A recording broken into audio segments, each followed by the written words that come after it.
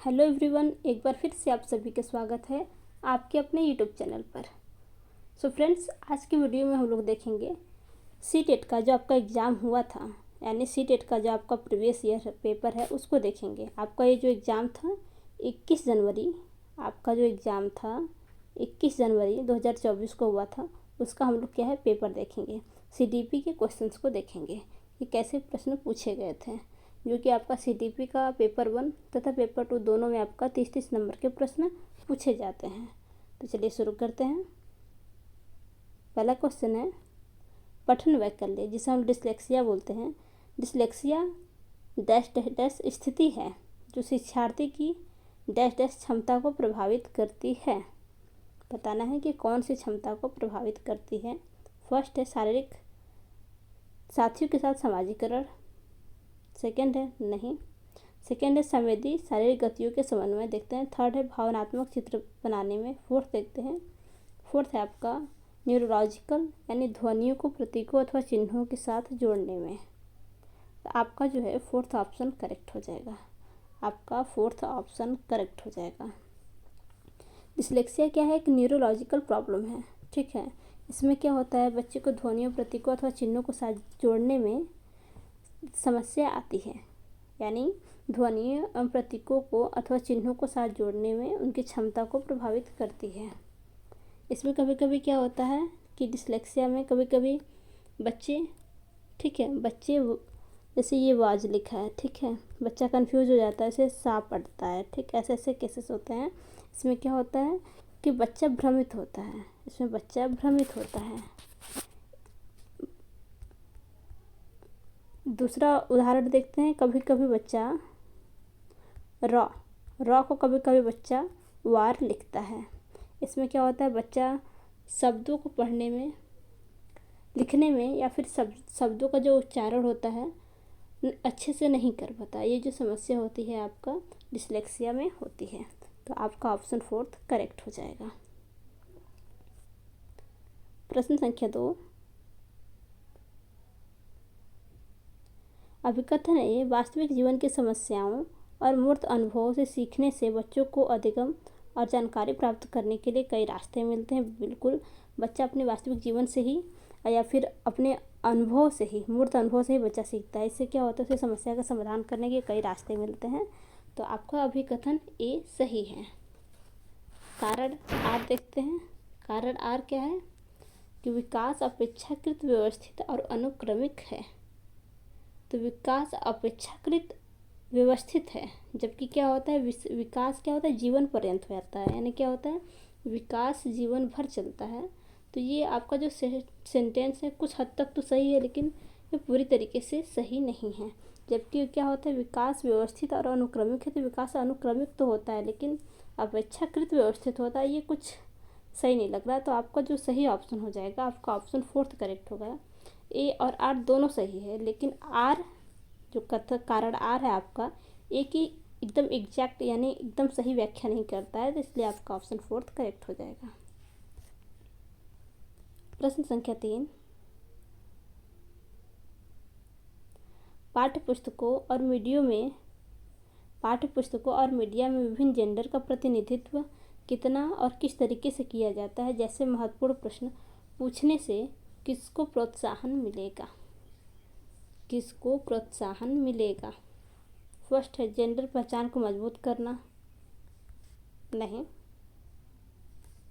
Second है gender भूमिका में नम्यता को हतोत्साहित करना, हतोत्साहित, नहीं। थर्ड है जेंडर रूढ़ियों पर सवाल उठाना।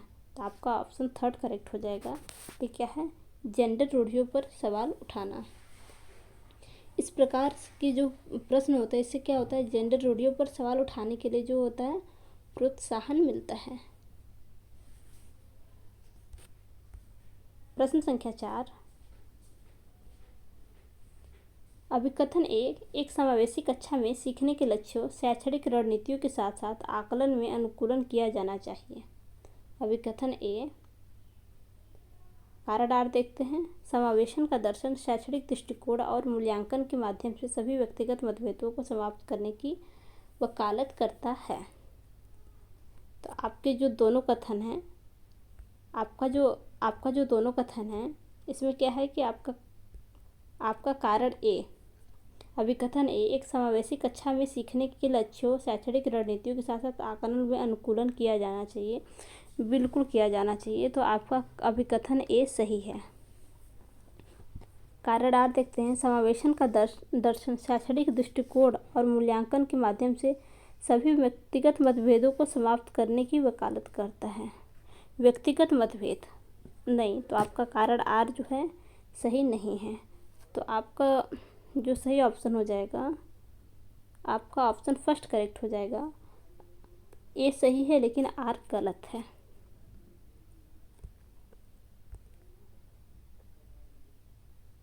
प्रश्न संख्या 5, एक शिक्षिका ने नोटिस किया कि उसका एक छात्र अत्यधिक विचलित है और उसे कक्षा के दौरान ध्यान देने में परेशानी होती है। निम्नलिखित में से कौन सी रणनीति छात्र को केंद्रित रहने में मदद करने के लिए एक प्रभावी रणनीति होगी। यानी एक बच्चा है, ठीक है, वो क्या हो रहा है, अपना माइंड जो कंसंट्रेट नहीं कर पा रहा है, यानी कक्षा के दौरान उसे ध्यान देने में परेशानी हो रही है। तो बताना है कि शिक्षिका क्या करेगी जिससे बच्चे को मदद मिलेगी। फर्स्ट देखते हैं, स्वनियमन और समय प्रबंधन के लिए छात्र को टाइमर देना। छात्र को टाइमर देना देखते हैं, ये कुछ हद तक ठीक है। दूसरा देखते हैं, माता पिता को बुलाकर, नहीं, ये तो बिल्कुल नहीं होगा, हमें बच्चे की शिकायत नहीं करनी। थर्ड है, छात्र को कक्षा के दौरान बार बार एक ही कार्य देना, नहीं, छात्र को सख्ती से, हमें बच्चे को सख्ती करनी ही नहीं। तो आपका जो करेक्ट ऑप्शन हो जाएगा, आपका पहला ऑप्शन करेक्ट हो जाएगा, स्वनियमन और समय प्रबंधन के लिए छात्रों को टाइमर देना। बच्चा अगर कंसंट्रेट नहीं कर पा रहा है तो उसे थोड़ा सा हम लोग समय देंगे ताकि वो अपने कार्यों में केंद्रित हो सके।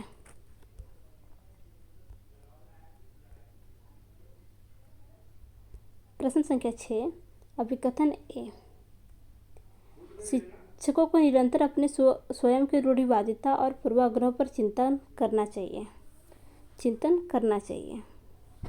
ये तो कथन सही है। कारण आर, सांस्कृतिक रूप से उत्तरदायी शिक्षण का अर्थ यह है कि शिक्षक चिंतनशील हो। बिल्कुल, शिक्षक चिंतनशील नहीं होगा तो ये कैसे कायम होगा, मतलब यानी कोई भी शिक्षण में या फिर शिक्षक हो या फिर छात्र होकर चिंतनशील ही नहीं होंगे तो कोई मतलब ही नहीं निकलता। तो आपके दोनों कथन सही हैं कि उत्तरदायी शिक्षण का अर्थ है कि शिक्षक चिंतनशील हो। तो आपका अभिकथन ए और कारण आर दोनों सही है। तो आपका ऑप्शन थर्ड करेक्ट हो जाएगा। ए और आर दोनों सही है, आर ए की सही व्याख्या करता है।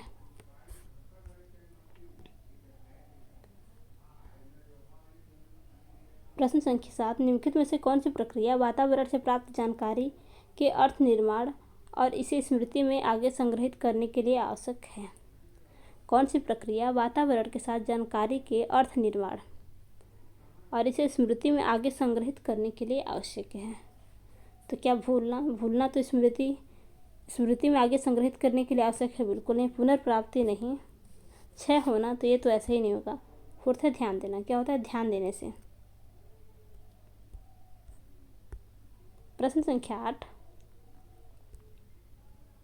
कोहलबर्ग के नैतिक विकास की किस अवस्था में बच्चों का तर्क कानून की नैतिकता के इर्द गिर्द घूमता है। यानी कोहलबर्ग ने नैतिक विकास का जो सिद्धांत दिया है उसमें जो 3 स्तर है उसमें से पूछा गया कि किस अवस्था में, यानी तीनों स्तर की जो अवस्थाएं हैं, 3 अवस्थाएं, उसमें पूछा गया है कि किस अवस्था में बच्चों का तर्क कानून की नैतिकता के इर्द गिर्द घूमता है। बताना किस अवस्था में होता है। फर्स्ट है विषम नैतिकता, सेकेंड है स्वायत्त नैतिकता, थर्ड है पूर्व पारंपरिक नैतिकता, फोर्थ है पारंपरिक नैतिकता। तो आपका जो ऑप्शन करेक्ट होगा, फोर्थ करेक्ट हो जाएगा, पारंपरिक नैतिकता। प्रश्न संख्या 9,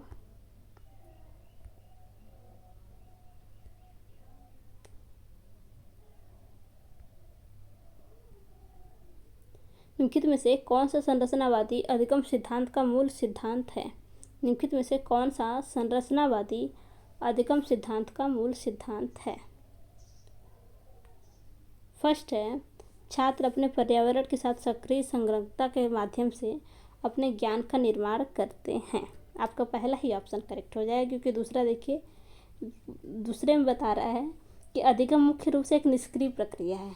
क्या अधिगम निष्क्रिय प्रक्रिया है? अधिगम क्या है? सक्रिय प्रक्रिया है। ठीक है, ये तो नहीं होगा। ठीक, कभी भी हमें सेंटेंस में ऐसा दिख जाता है निष्क्रिय, कभी भी पहले तो हमें बच्चे को निष्क्रिय नहीं मानना है, शिक्षक को भी निष्क्रिय नहीं मानना है, या फिर शिक्षण अधिगम को भी निष्क्रिय नहीं मानना है। अगर ऐसा कोई भी ऑप्शन आपको दिखता है तो ये तो बिल्कुल करेक्ट नहीं होगा।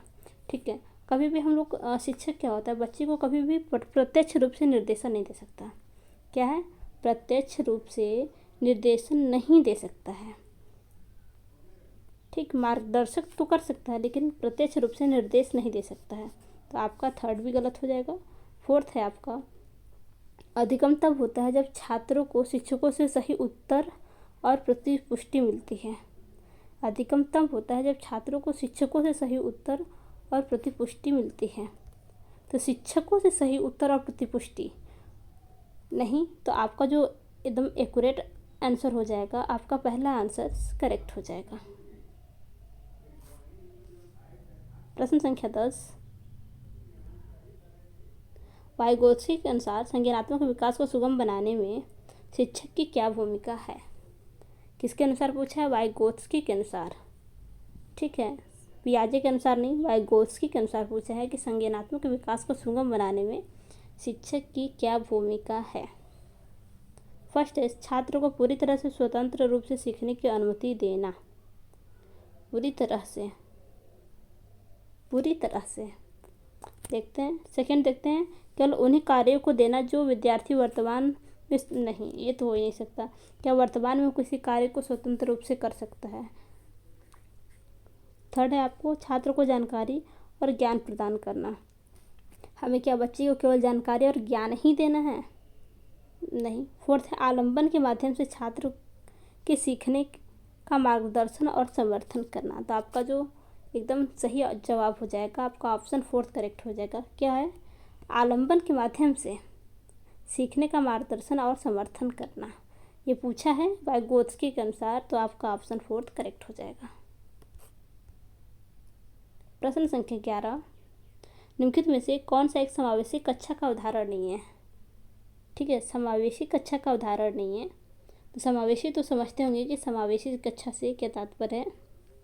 समावेशी शिक्षा में क्या होता है कि जिसमें सभी बच्चे, जो बच्चे शारीरिक एवं मानसिक दिव्यांगता वाले बच्चे हैं, इसमें क्या होता है, वो लोग भेदभाव नहीं करते। सभी बच्चे को एक साथ, एक समय और एक ही क्लास में, एक ही व्यवस्था में हम लोग क्या है, शिक्षण विधियाँ प्रदान करते हैं। बच्चे में हम लोग क्या है कि ये नहीं कि बच्चा दिव्यांग है तो उसके लिए अलग से व्यवस्था, यानी या फिर बच्चे को हम लोग क्लास से अलग विभाजित कर दिया जाए, तो ऐसा नहीं होता। समावेशी शिक्षा में सभी बच्चे को एक साथ लेकर चलते हैं। तो आपका जो फर्स्ट ऑप्शन है, विभेदित या निर्देशन देना, ये तो नहीं होगा, क्योंकि समावेशी शिक्षा में बच्चे को विभेदित नहीं करना है। ठीक है, बांटना नहीं है। सेकेंड है, प्रतिस्पर्धा लोकाचार को प्रोत्साहित करना नहीं। थर्ड है, विविध दृष्टिकोणों का समावेशन। विविध दृष्टिकोणों का समावेशन से देखते हैं। फोर्थ है, उचित समावेशन का पालन। पूछ रहा है एक समावेशी कक्षा का उदाहरण नहीं है। क्या है? नहीं है पूछा है। ठीक है, सॉरी, हमने ध्यान नहीं दिया, हमें लगा कि पूछा है उदाहरण है। ठीक है, उदाहरण नहीं है पूछा है ना। विभेदित निर्देश देना। ठीक, सेकंड है प्रतिस्पर्धा लोकाचार को प्रोत्साहित करना। थर्ड है आपका विविध दृष्टिकोणों का समावेशन करना। फोर्थ है आपका उचित समावेशन का पालन करना। तो आपका जो है, आपके ये तीनों ऑप्शन करेक्ट हैं। ठीक है, यानी कि ये आपका जो समावेशी का उदाहरण है, जो नहीं है आपका ऑप्शन फोर्थ है। तो पूछा है कौन सा समावेशी का उदाहरण नहीं है, तो आपका ऑप्शन फर्स्ट जो है वो करेक्ट हो जाएगा, विभेदित निर्देश देना। प्रश्न संख्या 12, एक प्रारंभिक विद्यालय का शिक्षक छात्र के शैक्षणिक आत्म संप्रत्यय के विकास को दृढ़ता से प्रभावित कर सकता है। एक प्रारंभिक विद्यालय का शिक्षक छात्र के शैक्षणिक आत्म संप्रत्यय के विकास को दृढ़ता से प्रभावित कर सकता है। फर्स्ट है, छात्र में स्वायत्तता और पहल को पुरस्कृत करना। तो आपका पहला ही ऑप्शन करेक्ट हो जाएगा, क्योंकि दूसरा दिया हुआ है विशेष छात्रों से बहुत कम उम्मीद रखना। तो विशेष छात्रों से क्या हम कम उम्मीद रखेंगे, बच्चे को हमें निगेटिव फील नहीं कराना होता है कि बच्चा जिससे लो फील करे। थर्ड दिया है, सभी विद्यार्थियों से बहुत कम, बच्चों से ही बहुत कम अपेक्षाएं रखेंगे, गलत है। फोर्थ है, छात्रों में स्वायत्तता और पहल को दंडित करना। बच्चे में स्वायत्तता और पहल को दंडित करेंगे तो बच्चा आगे बढ़ ही नहीं पाएगा, तो आपका पहला ऑप्शन करेक्ट हो जाएगा। प्रश्न संख्या 13, वाइगोत्स्की के अनुसार बच्चे के साथ अंतःक्रिया के अनुभव से लाभान्वित होते हैं और उन कार्यों को कर पाते हैं जो उनके समीपस्थ विकास के क्षेत्र के अंतर्गत आते हैं। आपको बताना है, ये पूछा है जेडपीडी के बारे में, समीपस्थ विकास का क्षेत्र किसके बारे में पूछा है, जेडपीडी के बारे में पूछा है। फर्स्ट है भौतिक वातावरण अंदर, सेकेंड है भौतिक वातावरण बस बाहर, थर्ड है अधिक जानकार अन्य या अंदर, फोर्थ है अधिक जानकार अन्य बस बाहर। तो इसका जो आपका सही जवाब होगा, आपका ऑप्शन थर्ड करेक्ट होगा। जेडपीडी में क्या होता है, बच्चे जो होते हैं अधिक जानकार के साथ, बच्चे अपने से अधिक जानकार रहेगा, ठीक है, उसके साथ क्या होता है, उसके अनुभव से लाभान्वित होते हैं, ठीक, और उन कार्यों को कर पाते हैं जो उनके समीपस्थ विकास के क्षेत्र के अंदर हैं, ठीक। तो आपका ऑप्शन थर्ड करेक्ट हो जाएगा। प्रश्न संख्या 14, अभिकथन ए, ऐसा कोई उद्देश्यात्मक निश्चित क्षण नहीं होता जब कोई बच्चा मध्य बाल्यावस्था या किशोरावस्था में प्रवेश, अब आपका कारण आर है, हाँ सॉरी, लग रहा है ये सही से, सॉरी क्या है कि लग रहा है ये क्वेश्चन अच्छा से स्कैन नहीं हो पाया, छूट गया है, तो इसको पेंडिंग में रखते हैं। प्रश्न संख्या 15, एक प्रगतिशील कक्षा में आकलन, बताना है कि एक प्रगतिशील कक्षा में आकलन फर्स्ट है योगात्मक होता है, मानक संदर्भित होता है, गतिशील होता है, वस्तुनिष्ठ होता है। तो पहले तो योगात्मक, कभी भी क्वेश्चंस में अगर प्रगतिशील कक्षा या विकसित शिक्षा के बारे में पूछे तो वहाँ पे आपका योगात्मक आकलन नहीं होता, वहाँ पे क्या होता है, आपका रचनात्मक आकलन होता है। क्या होता है, आपका रचनात्मक आकलन होता है, ठीक है। तो आपका योगात्मक आकलन, वहाँ पे आपका रचनात्मक आकलन होता है, तो आपका ये जो योगात्मक आकलन है तो ये नहीं होगा, क्या होगा, ये नहीं होगा। प्रगतिशील कक्षा में आकलन योगात्मक नहीं होता। दूसरा है मानक संदर्भित, कभी भी मानक संदर्भित ऐसे प्रश्न दिखे, प्रश्न में आपको ऑप्शंस में अगर ऐसा दिखता है कि मानक संदर्भित, वो आपका जो होता है नेगेटिव आंसर होता है। टैग वर्ड में बताया जाता है कि कुछ कुछ ऐसे वाक्य होते हैं जो नेगेटिव होते हैं, तो आपका मानक संदर्भित नहीं होगा। हाँ, लचीलापन होना चाहिए, नहीं कि मानक संदर्भित होना चाहिए। थर्ड है क्या, गतिशील होता है, जी बिल्कुल, प्रगतिशील कक्षा में आकलन क्या होता है, गतिशील होता है। तो आपका ऑप्शन थर्ड करेक्ट हो जाएगा। प्रश्न संख्या 16,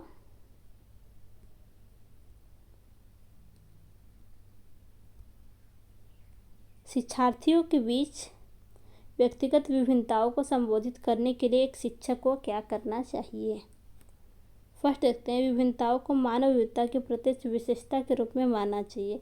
बिल्कुल, अलग अलग घरों से या फिर अलग अलग जगहों से बच्चे अलग अलग जगहों से एक जगह भी जब पढ़ने जाते हैं तो बच्चों में क्या होता है, व्यक्तिगत विभिन्नताएं तो होती हैं, तो उन्हें हमें विभिन्नताओं को अच्छा मानना चाहिए। क्या होता है, बच्चे अलग अलग विभिन्नताओं से सीखते हैं तो उन्हें अलग अलग प्रकार की उनके अंदर विशेषताएं जागृत होती हैं। तो आपका ऑप्शन फर्स्ट करेक्ट हो जाएगा। प्रश्न संख्या 17, आलोक निम्नलिखित व्यवहार दिखाता है। पढ़ते समय सिर को अजीब स्थिति में पकड़ना, आँखों को बार बार मूंदना, रगड़ना, आँखों की लाली या सूजन, अक्षर पहचानने में भ्रमित होना, अक्षर पहचानने में भ्रमित होना। आपको बताना ये जो समस्याएं हैं, ये समस्याएं किसके लक्षण हो सकते हैं, यानी ये किसके लक्षण हो सकते हैं, यानी किस प्रकार की समस्या है बच्चे को। ये क्या स्वालीनता विकार है? स्वालीनता विकार नहीं है। दूसरा है संचार संबंधी विकार है। संचार संबंधी विकार भी नहीं है। क्या है आपका? दृष्टि संबंधी समस्या है। दृष्टि संबंधी समस्या है, तो आपका ऑप्शन 3 करेक्ट हो जाएगा। प्रश्न संख्या 18, निम्नलिखित में से कौन सा एक महारत लक्ष्य अभिविन्यास का वर्णन करता है? निम्नलिखित में से कौन सा महारत लक्ष्य अभिविन्यास का वर्णन करता है? महारत लक्ष्य अभिविन्यास समझते हैं, यानी बच्चा किसी कार्य को अपनी रुचि से करता है, उसे हम लोग महारत लक्ष्य अभिविन्यास कहते हैं। बच्चा यानी से किसी को दिखाने के लिए नहीं कर रहा, अपनी खुशी से, यानी उसे उस कार्य को करने में रुचि है, यानी इंटरेस्ट है, तो कर रहा है। तो ये आपका पहले महारत लक्ष्य अभिविन्यास होता है। तो फर्स्ट देखते हैं, भारी पुरस्कार प्राप्त करने के लिए या उच्च ग्रेड प्राप्त करने के लिए। क्या बोले? बच्चा इंटरेस्ट से करता है, ना कि दिखाने या फिर पुरस्कार के लिए, तो आपका पहला सही नहीं होगा। सेकंड है अपमान के डर से या फिर असफलता के सजा बचने के लिए, नहीं। थर्ड है दूसरों के साथ प्रतिस्पर्धा करने के लिए, एक निश्चित स्तर के प्रदर्शन को प्राप्त करने पर ध्यान देने के लिए, नहीं। फोर्थ है किसी कार्य को अपने कौशल और समझ को सुधारने के लिए, तो आपका ऑप्शन 4 करेक्ट हो जाएगा। प्रश्न संख्या 19, जीन पियाजे के अनुसार चिन्हों के लिए चिन्हों का प्रयोग करने की क्षमता, जैसे कि अक्षर क्या है x को अज्ञात अंक मानने की क्षमता के दौरान विकसित होती है और विद्यार्थी को सीखने में सक्षम बनाती है। तो ये क्या है आपका? औपचारिक संक्रियात्मक अवस्था, बीजगणित और गणना। औपचारिक संक्रियात्मक अवस्था, बीजगणित और गणना। जीन पियाजे के अनुसार क्या होता है? चिन्हों के लिए चिन्हों का प्रयोग करने की क्षमता, चिन्हों का प्रयोग करने की क्षमता जैसी औपचारिक संक्रियात्मक अवस्था में ऐसी गतियाँ जो होती हैं विकसित होती हैं।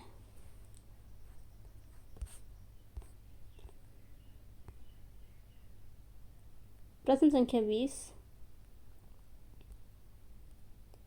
अभिकथन है छात्रों के अच्छा प्रदर्शन करने और स्कूल में बने रहने की अधिक संभावना है यदि उनको अपने स्कूल से भावनात्मक लगाव है और वो मानते हैं कि उनका होना मायने रखता है। बिल्कुल, इसका क्या होता है? बच्चे पॉजिटिव फील करते हैं, जिससे उन्हें प्रोत्साहन मिलता है। ठीक है, कारण आर देखते हैं, भावनाएं सीखने में महत्वपूर्ण भूमिका निभाती हैं। तो भावनाएं सीखने में बिल्कुल महत्वपूर्ण भूमिका निभाती हैं। जब बच्चा फील करता है कि टीचर हमें वैल्यू करता है या फिर टीचर की हमसे कुछ उम्मीदें हैं, तो इससे क्या होता है? बच्चा उस कार्य को जल्दी सीखता है, उसके अंदर पॉजिटिव थिंकिंग आती है, जिससे बच्चा कार्य को जल्दी कर पाता है। तो आपका अभिकथन ए और आपका कारण आर दोनों सही है, तो आपका ऑप्शन 3 करेक्ट होगा। ए और आर दोनों सही है, आर ए की सही व्याख्या करता है।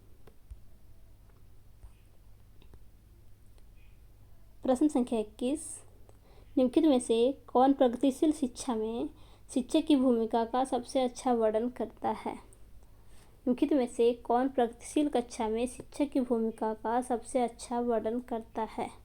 फर्स्ट है शिक्षक पाठ्यचर्या मानकों का कड़ाई से पालन सुनिश्चित करने के लिए जिम्मेदार है। सेकंड देखते हैं, पूछा है क्या है? प्रगतिशील शिक्षा में शिक्षक की भूमिका का सबसे अच्छा वर्णन। तो ये तो आपका नहीं होगा, क्योंकि पाठ्यचर्या है उसे पाठ्यचर्या का जो मानक है हम लोग को उसे कड़ाई से पालन नहीं करना है। पहले तो पाठ्यचर्या का जो मानक होता है उसमें क्या हम लोग को लचीलापन रखना होता है, न कि उसे सख्ती से या फिर कड़ाई से या फिर कठोरात्मक से, ऐसा कुछ नहीं होना चाहिए। सेकेंड देखते हैं, शिक्षक बच्चों को स्वतंत्र रूप से सीखने देता है और उनके कार्यों में हस्तक्षेप नहीं करता है। अच्छा देखते हैं, थर्ड देखते हैं, शिक्षक कक्षा में ज्ञान और प्राधिकार का प्रथम स्रोत है। शिक्षक को ही मान ले रहा है, तो आपका थर्ड भी गलत है। फोर्थ देखते हैं, शिक्षक बच्चों को प्रयोग करने के लिए विविध सामग्री प्रदान करता है और आवश्यकता पड़ने पर आलम्बन प्रदान करता है, तो आपका फोर्थ करेक्ट होगा। ठीक है, जैसे सेकेंड देखना है, शिक्षक बच्चों को स्वतंत्र रूप से सीखने देता है और उनके कार्यों में हस्तक्षेप नहीं करता है। जैसे यानी बच्चे कुछ भी कर रहे हैं, ठीक है, लेकिन जैसे बच्चे को हम लोग सहायता प्रदान करेंगे तो बच्चा ज़्यादा सीखेगा। तो आपका जो सही जवाब होगा, आपका ऑप्शन फोर्थ करेक्ट हो जाएगा। शिक्षक बच्चों को प्रयोग करने के लिए विविध सामग्री प्रदान करता है और आवश्यकता पड़ने पर आलम्बन प्रदान करता है। प्रश्न संख्या 22, निम्नलिखित में से कौन सी सामाजिकरण की प्रक्रिया की विशेषता है? पूछ रहा है सामाजिकरण की प्रक्रिया के इनमें से ABC पूछा है, इनमें ABCD पूछा है, इनमें से कितनी सामाजिकरण की विशेषताएं हैं? फर्स्ट है, यह एक रेखीय प्रक्रिया है। सामाजिकरण एक रेखीय प्रक्रिया नहीं है। सामाजिकरण जो है आपका, यह रेखीय प्रक्रिया नहीं है। सामाजिकरण आपका जो है एक जटिल प्रक्रिया है। क्या है? जटिल प्रक्रिया है। ठीक। और सामाजिकरण आपका जो है एक बहुआयामी प्रक्रिया है। बहुआयामी प्रक्रिया है, न कि रेखीय प्रक्रिया है। तो देखते हैं, तो आपका जो ए है यह एक रेखीय प्रक्रिया है, तो ये तो नहीं होगा। देखते हैं सेकेंड, यह एक जटिल प्रक्रिया है, तो सही है। यह एक बहुआयामी प्रक्रिया है, ये भी सही है। और डी है आपका, ये विभिन्न संस्कृतियों में विशिष्ट रूप से होती है, तो आपका डी भी सही है। तो आपका जो ए सही नहीं है। तो देखते हैं किसमें पहले कि ए किसमें है। इसमें है, ये तो ऐसे ही नहीं होगा। आपका बी देखते हैं, ये एक जटिल प्रक्रिया है, तो ये तो सही है। सी देखते हैं, यह एक बहुआयामी प्रक्रिया है। ठीक है, इसको छोड़ते हैं। फिर देखते हैं ए बी, तो ये भी नहीं होगा। फिर दिया है, ये तीनों सही हैं, तो हमें बी सी मिल रहा है। लेकिन अगर हम कहीं देख रहे हैं कि आपका डी भी सही है, तो हम ऐसा ऑप्शन खोजेंगे जिसमें सब मिल जाए। तो आपका पहला ऑप्शन सही है, BCD। पहले हम लोग क्वेश्चन को जल्दी कैसे सॉल्व करेंगे, देखते हैं कि क्वेश्चन में कौन सा ऐसा ऑप्शन है जो सही नहीं है, तो पहले उसको खोजेंगे। अच्छा, इसमें ए दिया है, यानी इसमें ए सही नहीं है। इसमें ए दिया है, तो ये नहीं होगा। ठीक, फिर इसको काट लिए। इसमें भी ए दिया है, ये नहीं होगा। फिर सेलेक्ट करेंगे कि इन दोनों में से कौन सा सही होगा। तो देखेंगे कि इसमें ऑप्शन डी नहीं दिया है, जबकि आपका ऑप्शन डी भी सही है, तो आपका ऑप्शन फर्स्ट करेक्ट हो जाएगा।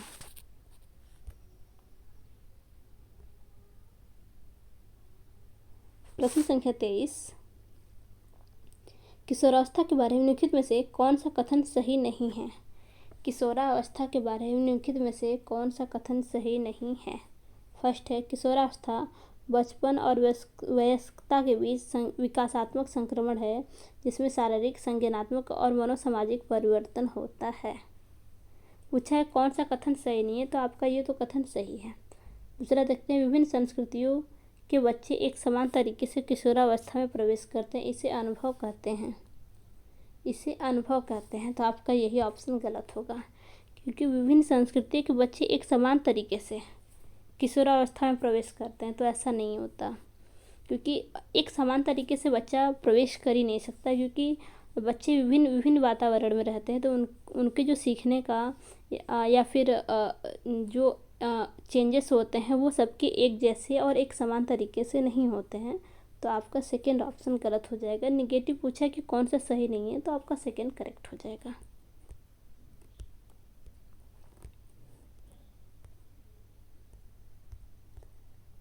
प्रश्न संख्या 24,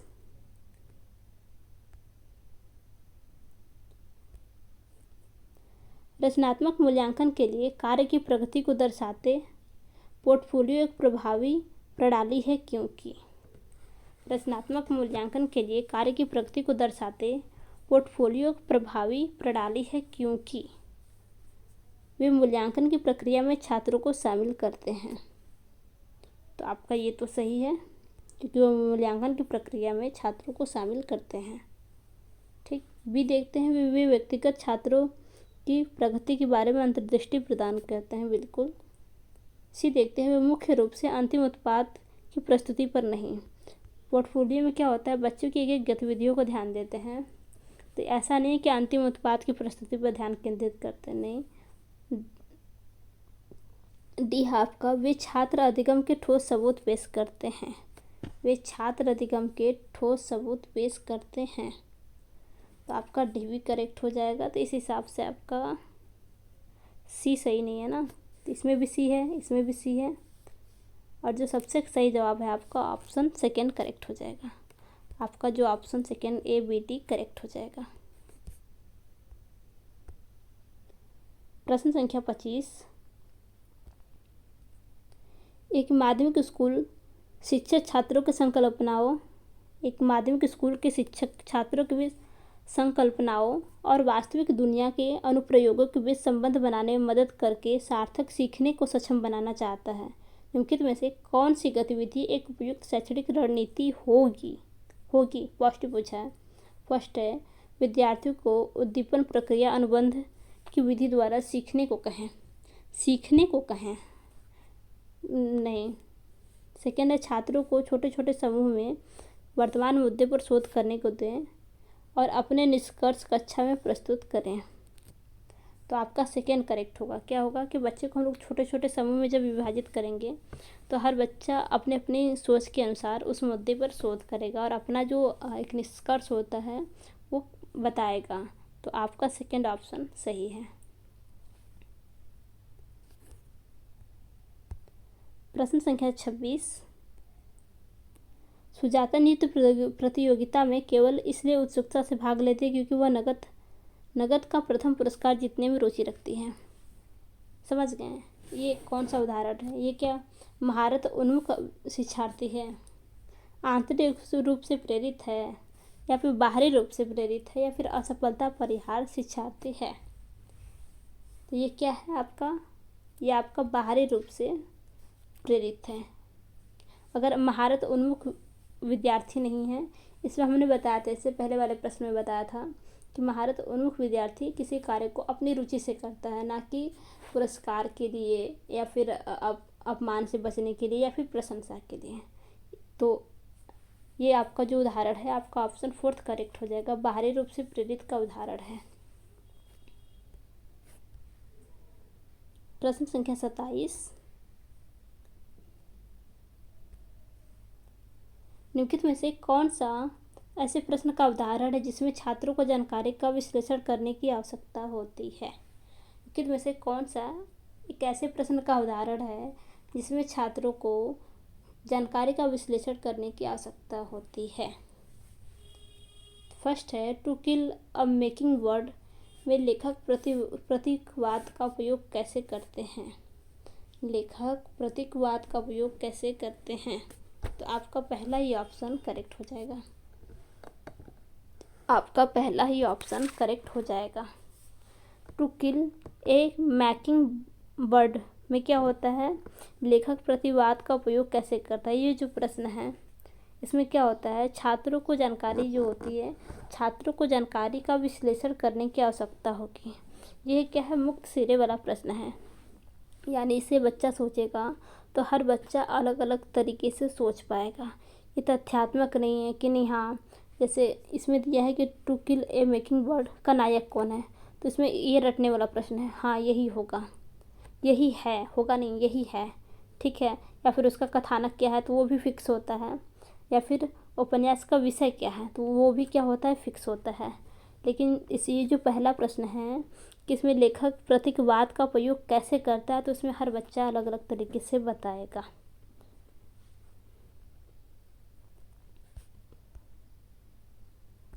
प्रश्न संख्या 28।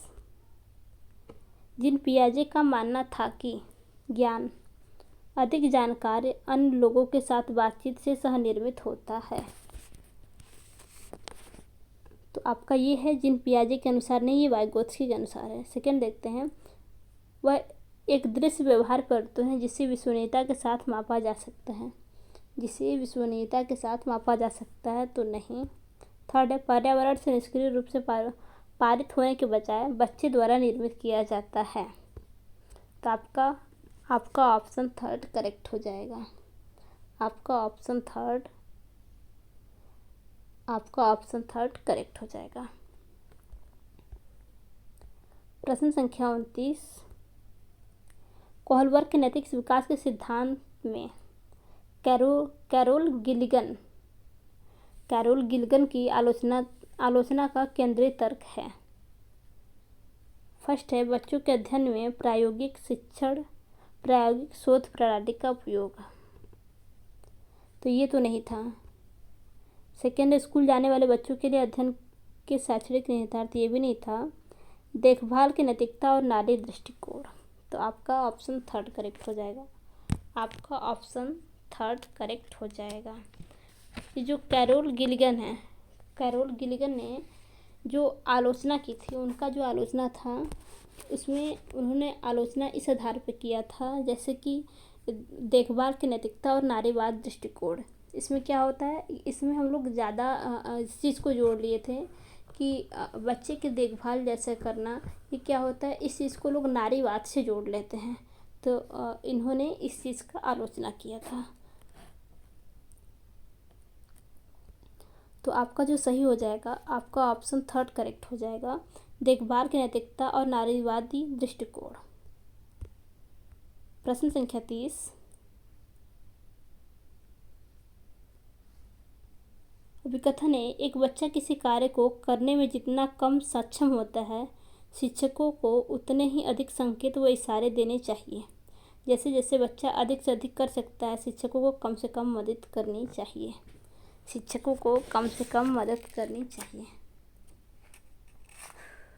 तो आपका अभिकथन ये तो सही है। जब बच्चा किसी कार्य को करने में सक्षम नहीं होता तो हम लोग, या फिर कम सक्षम होता है तो हम लोग उसे मदद या फिर संकेत के माध्यम से बच्चे को कार्य को आगे बढ़ाने में मदद दे सकते हैं। दूसरा देखते हैं, कारण आर, बुद्धि को बुद्धिलब्धि की गणना करके सटीक रूप से मापा नहीं जा सकता।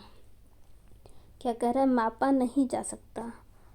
तो ये बुद्धि को हम लोग IQ के फॉर्म से मापते हैं। अब एकदम सटीक रूप से तो माप भी सकते हैं और कहा जाए तो नहीं भी माप सकते हैं। तो आपका जो इसका